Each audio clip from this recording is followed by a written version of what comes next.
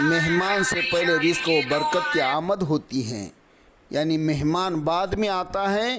اللہ رب العالمین اس گھر میں، جس گھر میں مہمان آنا ہوتے ہیں، وہاں پر اس کا رزق پہلے پہنچاتے ہیں۔ تو ایک اللہ والے ہیں نقش بندیہ سلسلہ کے، انہوں نے خود اپنا واقعہ سنایا، فرمایا کہ میں اس واقعے کا چشمدید گواہ ہوں، یعنی کوئی پرانی بات نہیں، آج کے زمانے کی بات ہے، اور حضرت خود موجود ہیں۔ وہ فرماتے ہیں کہ ہمارے شہر سے کچھ فاصلے پر ایک گاؤں میں ایک میاں بیوی ساتھ میں رہتے تھے، اور اتفاقاً کسی بات کی وجہ سے ان کے آپس میں کچھ جھگڑا ہو گیا۔ ابھی ان کا جھگڑا ہی ختم نہیں ہوا تھا کہ اسی وقت میں ان کے گھر میں مہمان آ گیا، اور بیوی جو ہے وہ گھر میں بیٹھی ہوئی تھی۔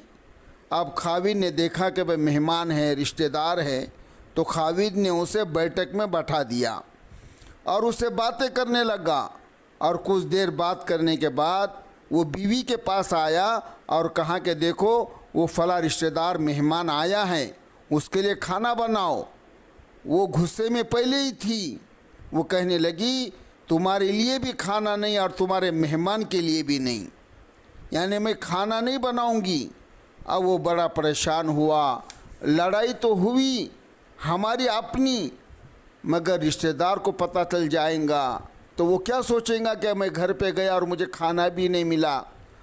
تو وہ یہ سوچ رہا تھا کہ اب کیا کیا جائے، خواہ اگر یہ باتیں ہو گئی اور رشتہ دار کو پتہ چل گیا کہ یہ آپس میں انبن ہوئی ہیں، لہذا وہ خاموشی سے آ کر مہمان کے پاس بیٹھ گیا۔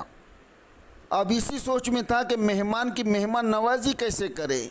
اتنے میں اسے خیال آیا چلو بیوی اگر روٹی نہیں پکاتی تو سامنے والے جو ہمارے پڑوسی ہے وہ بہت اچھے ہیں، نیک ہے، اور خاندان والی بات بھی ہے، میں انہیں ایک مہمان کا کھانا پکانے کے لیے بول دیتا ہوں۔ چنانچہ وہ ان کے پاس گیا اور کہنے لگا میری بیوی کی طبیعت خراب ہے، کیونکہ اب یہ کیسے کہتا کہ میرا اور میری بیوی کا جھگڑا ہوا ہے، لہٰذا اب اس نے اس بات کو چھپاتے ہوئے اپنے پڑوسی کو کہا کہ آپ ہمارے مہمان کے لیے کھانا بنا دیجئے کیونکہ میری بیوی کی طبیعت خراب ہے۔ انہوں نے کہا کہ بہت اچھا، کہ آپ جتنے آدمی کو کہیں ہم کھانا بنا دیں گے، کیونکہ وہ اللہ والے تھے، نیک تھا۔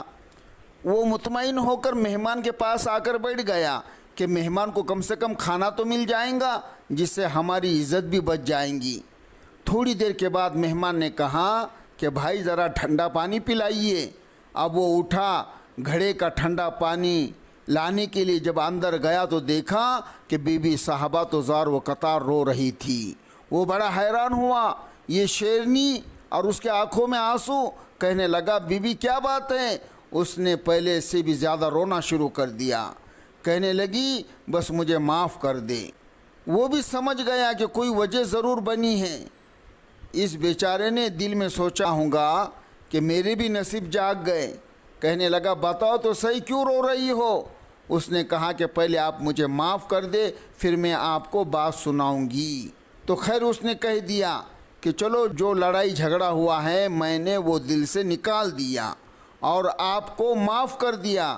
کہنے لگی جب آپ نے آ کر مہمان کے بارے میں بتایا اور میں نے کہہ دیا کہ نہ تمہارے لیے کچھ کھانا پکے گا نہ مہمان کے لیے، چلو چھٹی کرو، تو آپ تو یہ کہہ کر چلے گئے، مگر میں نے دل میں سوچا کہ لڑائی تو میری اور آپ کی ہے اور یہ مہمان رشتہ دار ہے، ہمیں اس کے سامنے تو یہ پول نہیں کھولنا چاہیے۔ چنانچہ میں یہ سوچ رہی تھی تو میرے دل میں خیال آیا چلو میں کھانا پکاتی ہوں۔ تو میں اٹھی کھانا بنانے کے لیے، جب میں کچن میں گئی تو میں نے دیکھا جس بوری میں ہمارا آٹا بھرا ہوا تھا تو ایک سفید بال والا آدمی اس بوری میں سے کچھ آٹا نکال رہا ہے۔ میں یہ منظر دیکھ کر سہم گئی۔ وہ مجھے کہنے لگا اے خاتون پریشان نہ ہو، یہ تمہارے مہمان کا حصہ تھا جو تمہارے آٹے میں شامل تھا، اللہ نے تمہارے گھر میں اس مہمان کا رزق پہنچایا تھا، اب چونکہ یہ ہمسائے کے گھر میں پکنا ہے، یعنی یہ کھانا تمہارے پڑوس کے گھر میں پک رہا ہے، اس لیے میں وہی آٹا لینے کے لیے جا رہا ہوں، یعنی یہاں سے آٹا لیا کر تمہارے پڑوس میں جا کے پہنچاؤں گا۔ کیوں کہ مہمان بعد میں آتا ہے جبکہ اللہ تعالیٰ اس کا رزق پہلے بھیج دیتے ہیں۔